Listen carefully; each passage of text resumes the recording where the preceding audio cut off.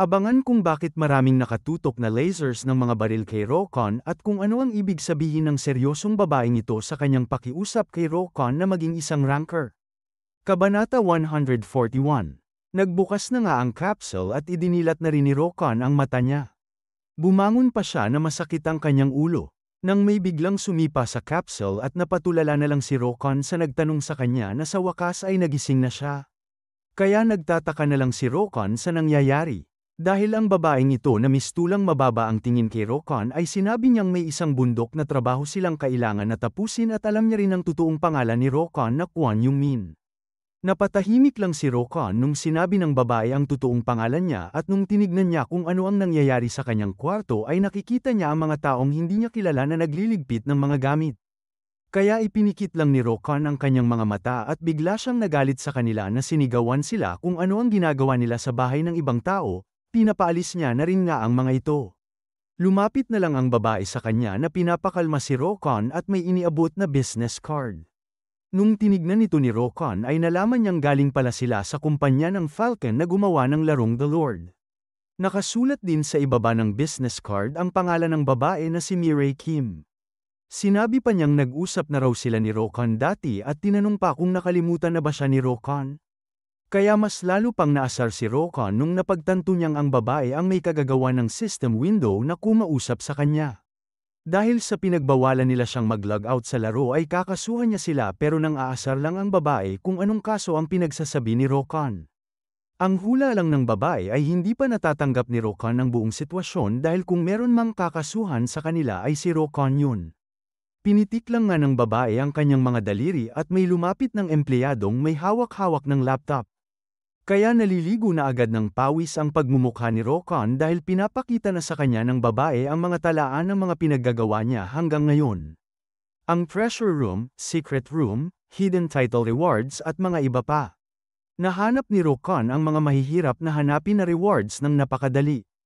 Ang kanyang mga pakana para mag-level up at monopolyo sa komersyal na kapangyarihan, akala ba ni Rokon kung mga hangal sila? Sinisigurado ng babae kung binili ni Rokon ang apartment na ito sa pamamagitan ng pera na kinita niya sa The Lord. Dahil kung kikilos sila ay konting oras lang ang kanilang kakailanganin bago pa mapunta si Rokon sa lansangan. Kaya tinanong ni Rokon kung nandito ba sila para kumulekta ng utang na kasama ang mga minions niya.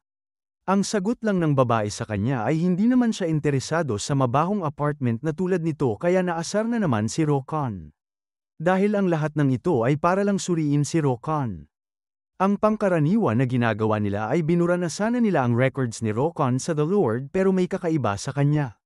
Dahil sa pamamagitan man ng hacks o cheats, ang mga manlalarong kumikita ng pera ng hindi patas sa laro ay tiyak na nahuhulog para sa karangyaan o kasiyahan. Pero hindi ganun si Rokon. Sapagkat ang lahat ng mga kinita niya ay ipinuhunan niya rin pabalik sa laro. Mapasandata man o kagamitan ay ibinubuhos niya ang mga pera niya sa laro hanggat sa nakakatulong ito sa pagpapalakas niya. Nahuhumaling si Rokon sa kapangyarihan hanggang sa puntong ay kainahinala na. Kaya napatanong na lang ang babae kung pinaplano ba ni Rokon na magsimula ng digmaan. O ang dahilan ba ay gusto niyang maghimagsik. Pero walang masabi si Rokon kundi makipagtinginan lang sa babae hanggang sa sinabi lang ng babae na hindi na mahalaga kung ano man ang rason ni Rokon kaya halatang naasar si Rokon na tinanong kung bakit pa yun ginawa ng babae. Ang natatanging mahalaga raw ay nakapasa si Rokon sa pagsusulit kaya iniabot na ng babae ang jacket ni Rokon sa kanya at sinabihan siyang pumunta na raw sila dahil may ipapakita siyang kawili-wili kay Rokon. Nung nakasakay na sila sa sasakyan ay napatanong na lang si Rokon kung saan sila pupunta dahil kinakabahan siyang ililibing nila siya pero tinanong lang pabalik ng babae kung ano naman ang magagawa nun sa kanya. Napansin pa nga ni Rokon na may nakikisabay na itim na sasakyan sa kanila at yun pala ay pinapalibutan ang sinasakyan nila ng 4 na itim na mga sasakyan. Kaya nagtanong na naman siya kung sinusundan ba sila ng mga sasakyan para protektahan sila na sinang-ayunan lang ng babae. Inaasahan na raw ni Rokon pero sinisigurado niya lang na tinanong na mataas talaga ang posisyon ng babae sa kumpanya. Hindi naman nagkakamali si Rokon sa hinala niya pero sinabi ng babae na hindi raw siya ang pinuprotektahan nila at nakarating na nga sila sa kanilang destinasyon. Sa kumpanya ng Falcon kung saan may nakapaskil pang karatula ng The Lord. Habang nasa elevator ay iniabot ng babae ang pass ni Rokon na kailangang nasa kanya sa lahat ng oras. Habang tinitignan ng mukha niya sa pass ay nagtaka na lang na tinanong ni Rokon sa isipan niya kung papaano nila nakuha ang larawan niya nung high school pa siya. Sinabi ng babae na halata na raw ang kailangan na mangyari pero sinisigurado niya lang na sinabihan si Rokon na hindi niya pwedeng sabihin ang kahit na anong makikita niya dito sa labas. Pero alam niyang hindi rin naman maniniwala ang mga tao kay Rokon. Hanggang sa nagbukas na nga ang pintuan ng elevator at ang bumungad sa kanila ay ang napakalawak na silid. Kaya nagtataka na lang si Rokon kung bakit may malawak na silid sa lugar na tulad nito. Inumpisahan na nga ng babae ang kanyang pagpapaliwanag na 23 taon na raw ang nakalipas nung may nadiskubreng fissure sa Antarctic. 10 metro lamang ang lawak nito pero sapat na yun para magdala ng kalamidad. Nung may pinindot ang babae sa cellphone niya ay isa-isa na ring nagliwanag ang mga ilaw at nung nakita ni Rokon kung saan nakapunto ang mga ilaw ay biglang nanlamig ang kanyang tingin na sinabing hindi dapat ito nandirito. Naalala ng babae na hinanting na raw ito dati ni Rokon. Ang twin-headed ogre, ang pinakaunang halimaw na lumabas sa fissure. Kabanata 142. Mas lalo pang ang lumapit si Rokon sa bangkay ng twin-headed ogre at sinabing nasa laro lang dapat ang halimaw na ito. Pero ang sagot ng babae sa kanya ay hindi raw dahil hindi naman laro ang The Lord. Ito ay mas maihahalin tulad sa isang simulation. Isang parallel na mundo na ginagaya ang isa pang mundo, isa itong simulation para makagawa ng tagapagligtas. Naguguluhan pa rin si Rokon kung bakit nila kailangan ng tagapagligtas. Ang kaganapan sa Antarctic noong 23 taon na ang nakalipas. May pamilyar na mahikang sibat ang lumabas na tinitignan lang ng twin-headed ogre. At agad na ngang naging dugo na lang ang isang ulo ng ogre dahil sa atake ng salamangkerong ito.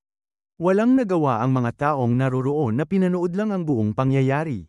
Dahil hindi lang ang ogre ang lumabas na nanggaling sa fissure. Nagpakita rin sa kanila ang kauna-unahang descent maker. Hindi kapanipaniwala ang kanyang lakas sapagkat sa isang kaway lang ng kanyang kamay ay pinalipad niya agad ang ogre. Marahil dahil sa lalaking yun kung bakit tahimik pa rin ang fissure. Pero hindi nila pwedeng pabayaan lang ang sitwasyon na ganun kaya gumawa sila ng espesyal na organisasyon para imbestigahan ang fissure. At ang resulta ay nalaman nilang ang fissure ay 100 na kinokonekta ang mundong ito sa ibang mundo. Ibang mundo na nasa labas ng lohika ng mundong ito na nalalaman nila. Panimula lamang ang twin-headed ogre at kung papabayaan lang nila ito ay walang nakakaalam kung anong mga halimaw pa ang lalabas sa fissure. Posible rin na mas maraming fissures pa ang magpapakita kaya papaano na lang kung may biglang nagpakita sa itaas ng malaking syudad. May magpapakita rin bang descent maker na tutulong sa kanila? Hindi naman nila pwedeng umasa na lang sa isang hindi tiyak na posibilidad. Kaya tinanong ni Rokon kung ano pa ba ang bagay na mas tiyak. Ang sagot ng babae sa kanya ay kailangan nila ng isang individual na katumbas ng isang descent maker. Napagdesisyonan nilang gumawa ng sarili nilang tagapagligtas. Hindi ito madali at kailangan nilang ipatupad ito ng palihim. At napakaunti lamang ang handang ipunta ang kanilang buhay sa peligro para sa isang misyon na lubhang mapanganib. Sa kalagitnaan ng kanilang pag-iimbestiga ay may nalaman silang bago tungkol sa fissure. Hindi lang nito kinokonekta ang dalawang mundo pero nagpapadala rin ito ng impormasyon sa at mula sa kabilang mundo. At ang nabuo sa pamamagitan ng mga impormasyon na yun ay ang The Lord. Ang laro na nilalaro ng lahat ng tao sa mundo. At ang programa para makagawa ng isang tagapagligtas. Naasar si Rokon na sinabing nakakakilabot daw yun dahil palihim nilang inenlist ang mga manlalaro. Pero ano raw ang punto na isipin pa ang bagay na yun sa emergency na sitwasyon na tulad nito? At hindi raw kailangan ni Rokon na mag-alala ng masyado dahil ang The Lord ay isa lamang peke na mundo na parallel sa mundong nasa kabila ng fissure kaya hindi sila masasaktan. Pero nagtataka si Rokon kung ano ang punto nito kung simulation lang pala ang lahat. Hindi naman niya kayang gamitin sa realidad ang mga abilidad niyang nanggaling sa laro. Ang sagot sa kanya ng babae ay alam naman ni Rokon na hindi lang normal na laro ang The Lord. Ito ay sistema kung saan isinasalamin ang kondisyon ng kanyang isipan at pisikal na katawan. Gumagana rin ito sa baliktad na paraan. Ang kakayahan sa pakikipaglaban at mga paraan ng paggamit ng mana ay pwedeng ilipat lahat sa realidad. Bagaman sa mundong ito ay may pisikal na limitasyon at wala ring mana kaya hindi nila ito kayang gamitin pero iba na ang sitwasyon sa mundong nasa kabila ng fissure. Nagdududa pa rin si Rokon kung paano sila nakakasigurado na kaya niyang gamitin ang mga abilidad niya na galing sa laro sa kabilang mundo. Inaamin naman ng babae na teoretikal lamang ang ideyang ito pero may isang tao raw ang kamakailan lang na nagpatunay na pwede itong mangyari. Nung tatanungin na sana ni Rokon kung sino naman ang gagawa ng masyadong mapanganib na bagay ay bigla na lang siyang napatulala at tinanong kung siya ba ang taong tinutukoy ng babae. Kaya napalitan agad ang pagmumukha ni Rokon na tinawag silang mga bastardo, kung biro lang ba sa kanila ang buhay niya, at hinamon pa niya sila. Nakangisi lang na humihingi ng kapatawaran ang babae dahil hindi nila sinabi kay Rokon ang ginawa nila sa kanya pero hindi raw dapat si Rokon ang nagagalit. Kaya nagtataka na naman si Rokon kung ano ang ibig sabihin ng babae. Sinabi na sa kanya ng babae na ito ay isang simulation na ginawa para sa sangkatauhan. Ang lahat ng mga sistema ay palihim na ginawa kaya papaano nakita ni Rokon ang mga yun. Agad nang sinenyas ng babae ang kanyang kamay at may nagpakita ng baril na may laser. Kaya nagpapawis na si Rokon na pinapahinto sila habang tinututukan siya ng napakaraming laser ng mga baril. May gana pa siyang magalit sa babae na sinabi niya raw na hindi niya siya papaslangin pero pabiro lang na sinabi ng babae na magkakaroon lang daw ng butas si Rokon sa katawan niya. Siyempre kung taos-puso ang sagot ni Rokon ay hindi siya magkakaroon ng kahit na anong butas. Kaya napatahimik lang si Rokon na nagpapawis pa rin. Tinawag na ng babae ang totoong pangalan ni Rokon na Kwon Yung-min at tinanong kung sino ba talaga siya. Paano niya nalalaman ang lahat? Nanggaling ba siya sa kabila ng Fisher? Minamadali na niya nga si Rokon na magsalita. Pero ngumisi lang si Rokon at nagmamayabang pa niyang sinabi na ayaw niya raw sabihin. Kaya nagseryoso agad ang tingin ng babae at sinenyas na niya ang kanyang kamay. Kabanata 143. Bigla na ngang may bumaril sa gitna ng dalawang paa ni Rokon kaya nanginginig na ang katawan niya sa takot at nagpapawis na hindi makapaniwalang bumaril talaga sila sa kinaroroonan niya. Pero pati rin pala ang babae ay hindi niya inaasahan ang nangyari kaya nagagalit siyang tumingin sa likod niya. Tinuro pa ng sundalo ang katabi niyang nagtataka na tinanong na hindi ba dapat yun ang gagawin nila? Kaya pinalitan lang ng babae ang usapan kahit na patuloy pa rin na tumutulo ang mga pawis ni Rokon at sinabihan na niyang ang ibunyag na ni Rokon ang totoong pagkakakilanlan niya dahil hindi lang warning shot ang susunod na mangyayari. Napamura na lang si Rokon dahil hindi niya naman pwedeng sabihin sa babae na bumalik siya sa nakaraan pagkatapos niyang matalo sa laro. Mas lalo pang ang nagpapawis at naguguluhan si Rokon dahil ayaw niya talagang umamin sa babae. Hanggang sa may napagtanto siyang may kaugnayan sa laro. Sinabi raw ng babae kani-kanina lang na pinatunayan ni Rokon na posibleng gumamit ng abilidad sa mundong nasa kabila ng Fisher kaya tinanong niya kung si Rolfi, ang emperador, at ang mga mamamayan ng Koreas. Lahat ba sila ay totoong nabubuhay sa kabila ng Fisher?